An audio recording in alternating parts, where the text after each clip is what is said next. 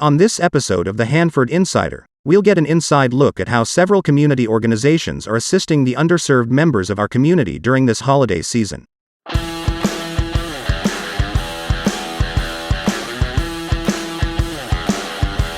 This is the Hanford Insider for Monday, November 13th.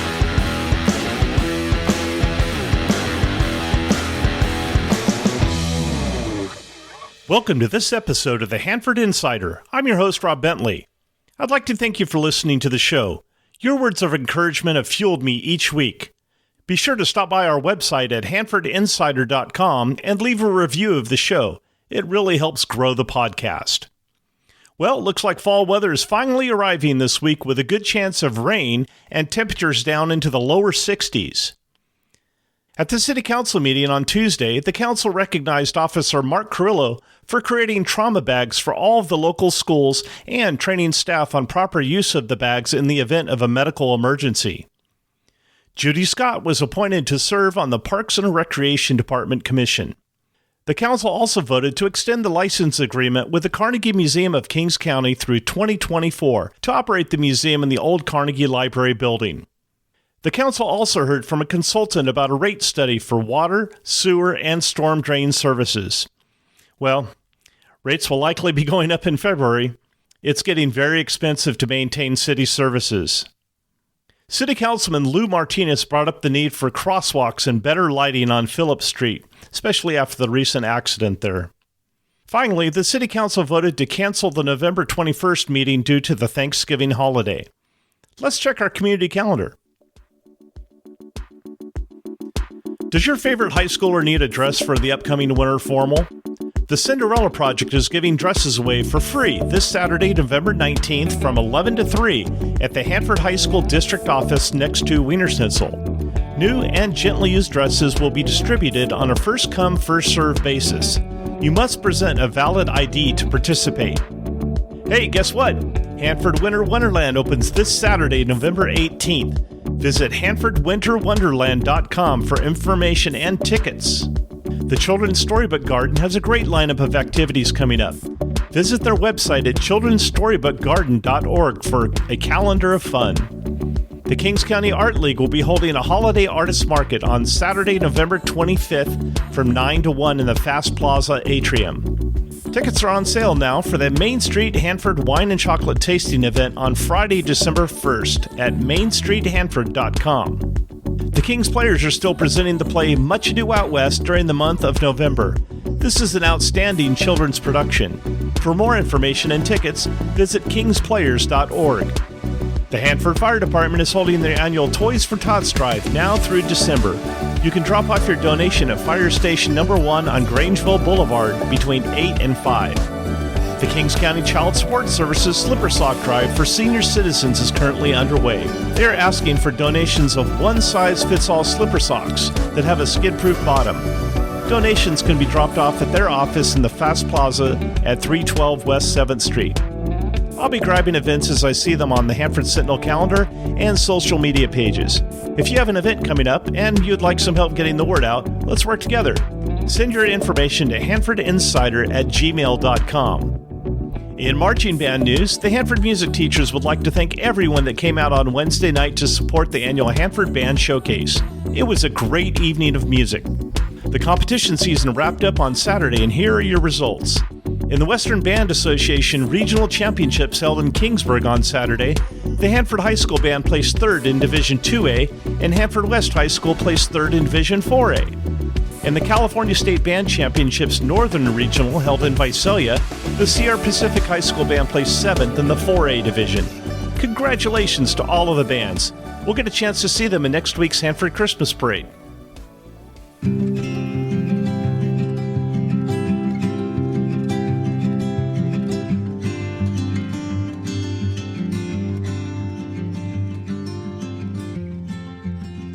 Hanford is a very caring community. Today's Community Spotlight is going to focus on 3 organizations that help make Hanford a better place. We'll get a chance to speak with representatives from the King's Community Action Organization, Valley Voices, and the Soup Kitchen. I did reach out to several other organizations to come on the show, but the timing just wasn't right and we couldn't connect for an interview. It's a great opportunity to speak with representatives from the King's Community Action Organization. Today I have with me Savino, Perico, and Juan Martinez. How are you guys doing? Doing really well today. Thank you, Rob. Doing well. Great. So we know that the agency reaches out to low-income people to address their multiple needs and administer a full range of coordinated programs, and they're designed to have a measurable impact on poverty. Can you tell us a little bit about the King's Community Action Organization and their mission?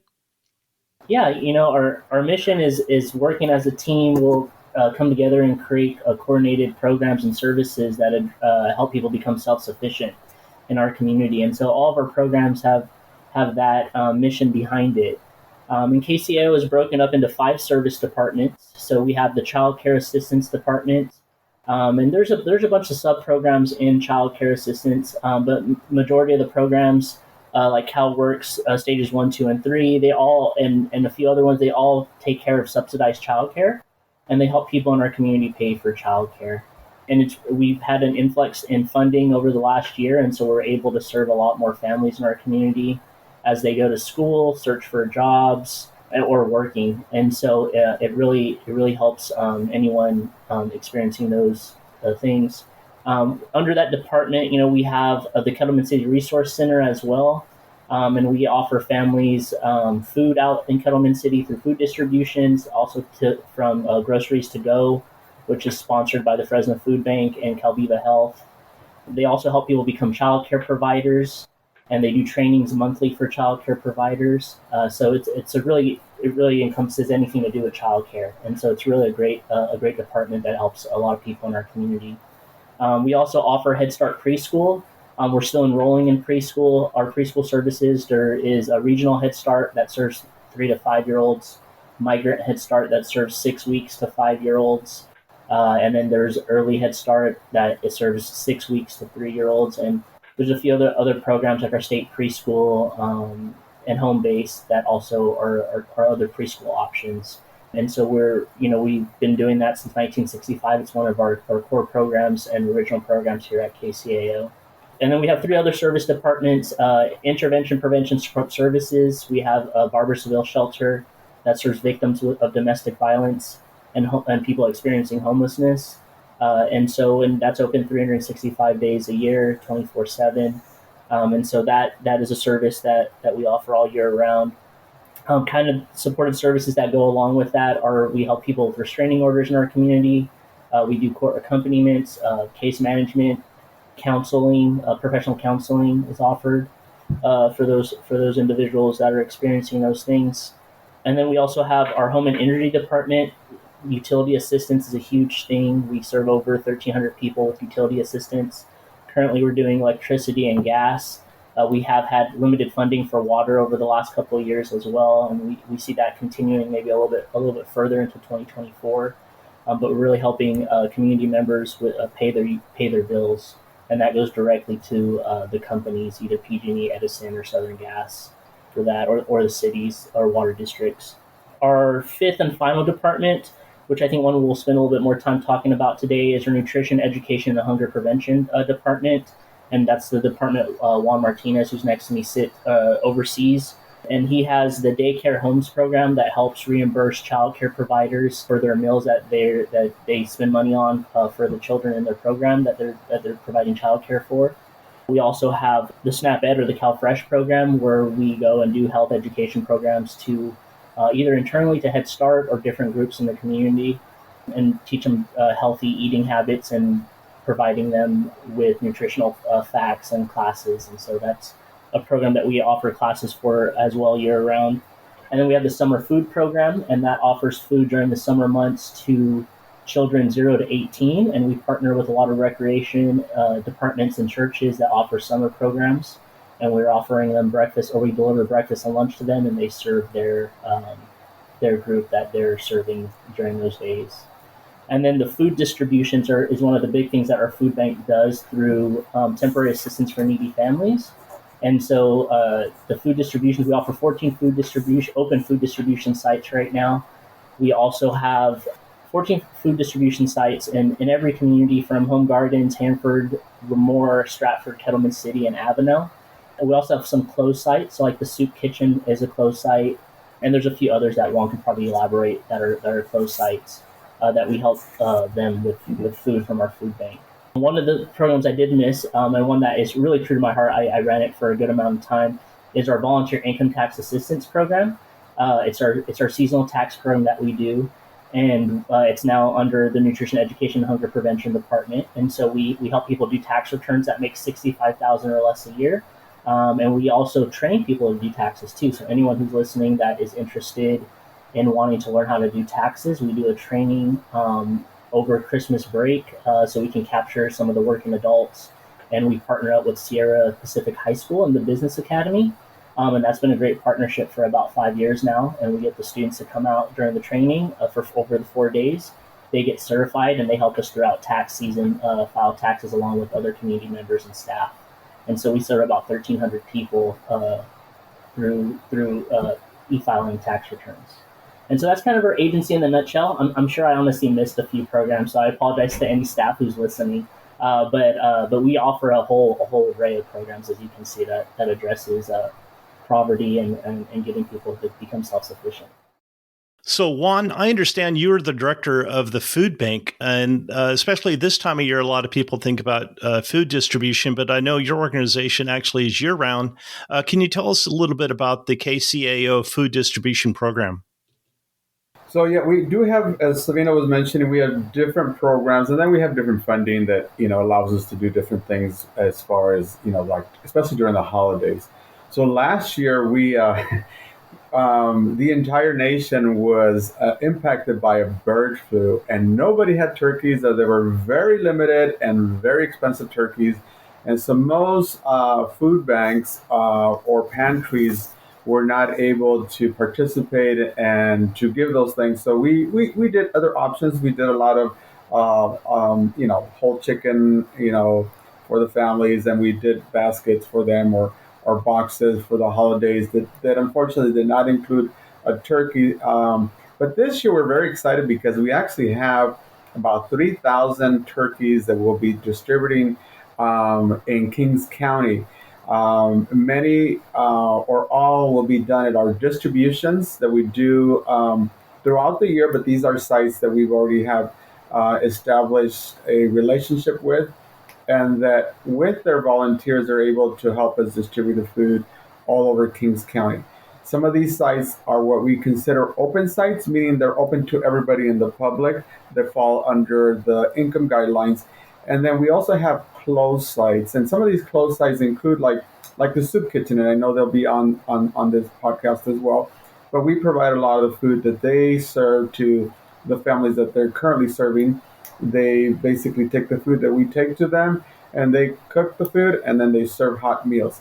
Another example of a closed site would be like Samuel's house or Hannah's house, or even our women's shelter that we operate. And those are for obvious reasons that it is only for the clients that are there, but they also receive a lot of the food that we distribute.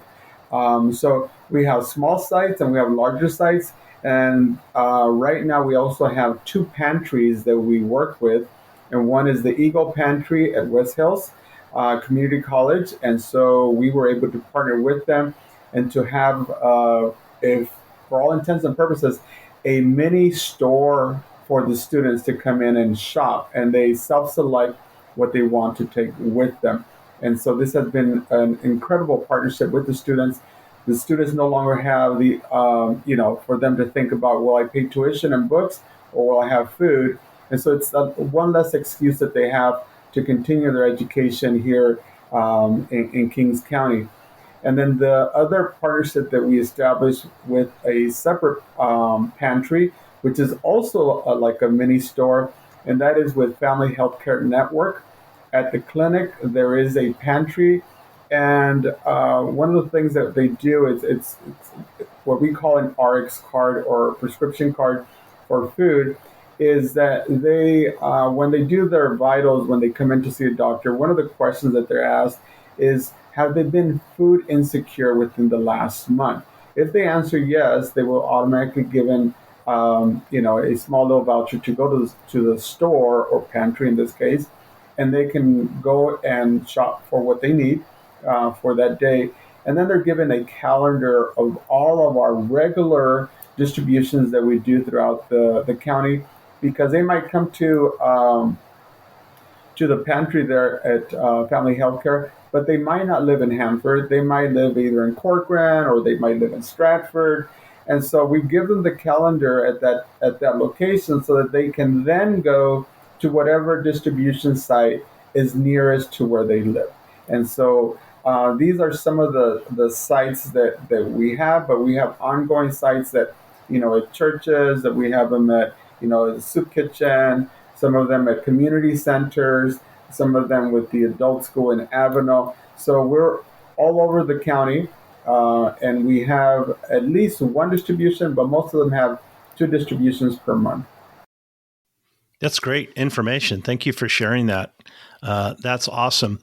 So back to you, Savino. We've heard about the great things that KCAO does, and I know this has probably opened a lot of eyes for the listeners as to what it is that you actually do. We've heard KCAO in the headlines and things that going on that you've been doing, but how can people get a hold of you if they would like to either volunteer or they want to find out more about the services that you offer? Maybe it's someone who's in need of those services. Yeah, they can always reach out to me. My role here at KCAO is to kind of be that connection between the community and our agency. So they can reach out to Savino Perico at 415-7213 or Perico, SPERICO at kcao.org. But our website is a great asset. We're constantly updating it and trying to make it user-friendly so people can start enrolling or at least scheduling appointments online. But they can also go to kcao.org. Again, that's kcao.org. And they can explore the website and see the services. Most of the pages have specific contact information for those programs. You can get involved in volunteering. You can go to KCAO/volunteer, and on there you can fill out a volunteer application, and then I'll reach out to you and get you in and figure out where you want to volunteer, where you want to serve in our agency. At the bottom of our website, too, there's a feature that says can't find what you're looking for, and those go directly to me as well. And so I try to get back to people within 4 to 8 hours, and that's if you're trying to get connected to one of our services or you're wanting to get a hold of maybe someone specifically at our agency, I can make that connection for you. But our website is for sure the number one tool. You can also call our main number, and Karina, our receptionist, will be the one that picks up the phone, and she's great at referring people out to different programs or people. And our number is 582-4386. Again, that's 582-4386. And so those are the best ways to reach us. Well, I'd like to thank you guys for coming on the show, and thank you for all that you do for the community. We really appreciate it. Thank you, Rob. We appreciate you letting us come on, so thank you. Next, let's check in with Claire Fitiaussi from Valley Voices and Julie Kelly from the Soup Kitchen. How are you two doing? Very well. Thanks, Rob. Hey, Claire, let's start with you. Valley Voices does a lot of work with the underserved members of the community. Can you tell us a little bit about how your organization is helping people in need? Sure. So we have several portfolios of work. One of them is public health. So we have a big focus on COVID-19 outreach. We offer free PPE, including face masks, hand sanitizer, and hand wipes when they're available. We have antigen tests for determining if you're transmitting the COVID-19 virus. And we help educate the public on how to stay safe, including washing their hands, staying home when you're sick, wearing a mask if you're coughing or sneezing, and testing yourself to see if you have any symptoms. We also have recently, in the last few months, started a food distribution for farm workers.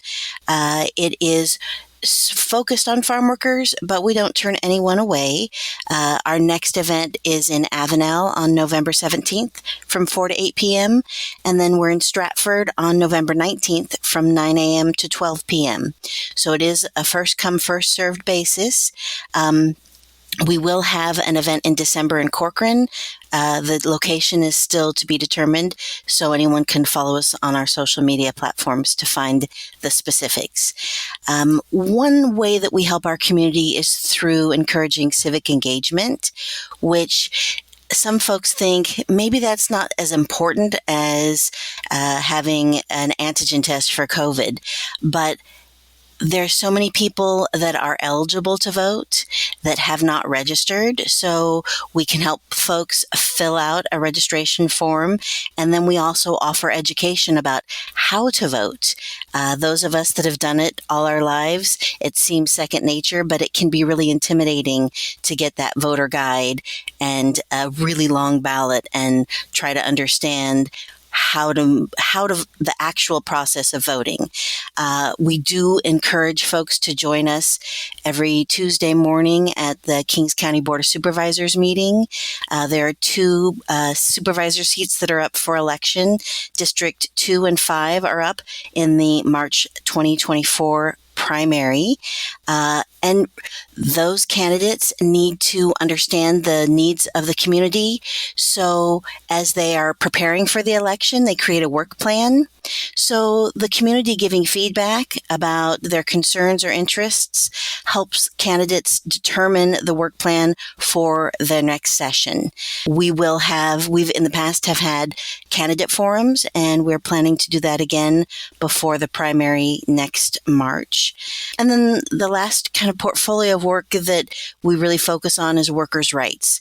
So some of us are very confident in speaking to our employers and ensuring that our rights are maintained, like the right to get a pay stub with our paycheck, the right to get a break, or to be paid overtime if we work over 8 hours. But a lot of folks aren't confident in their ability to speak to their employer.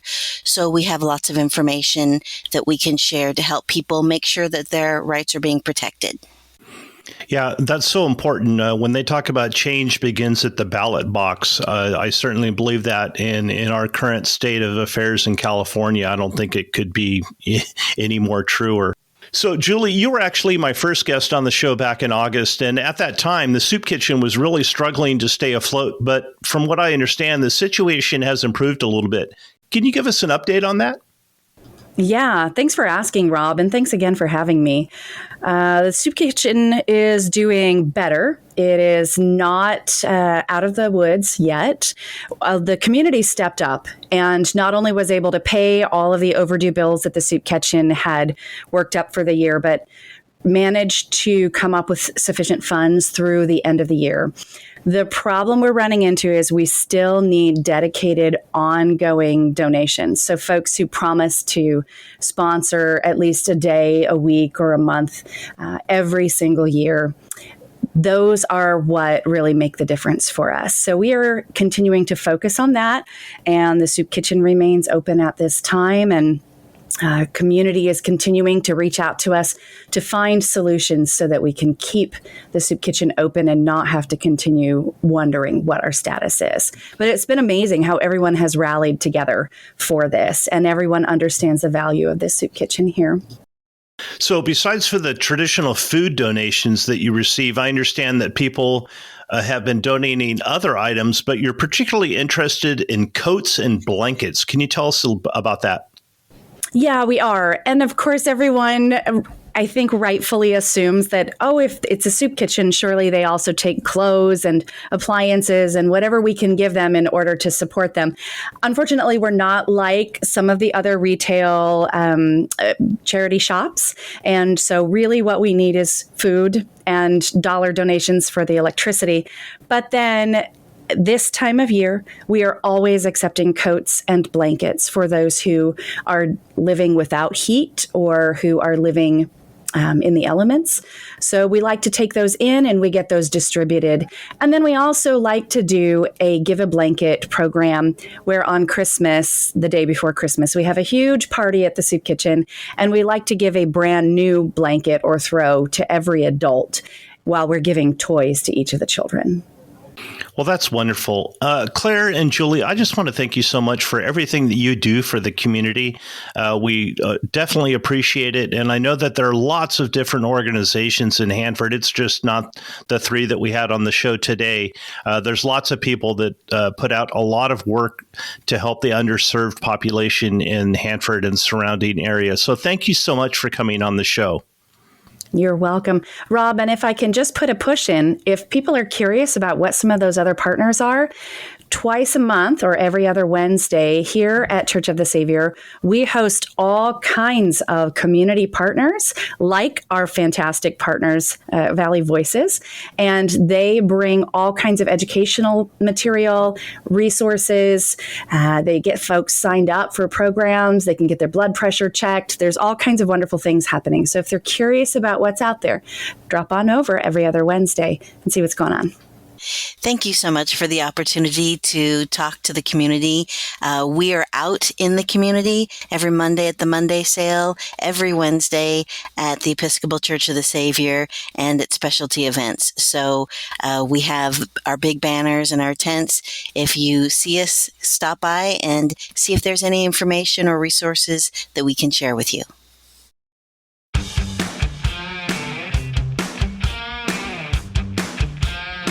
And now it's time for Hanford Insider Sports with Eric Bentley.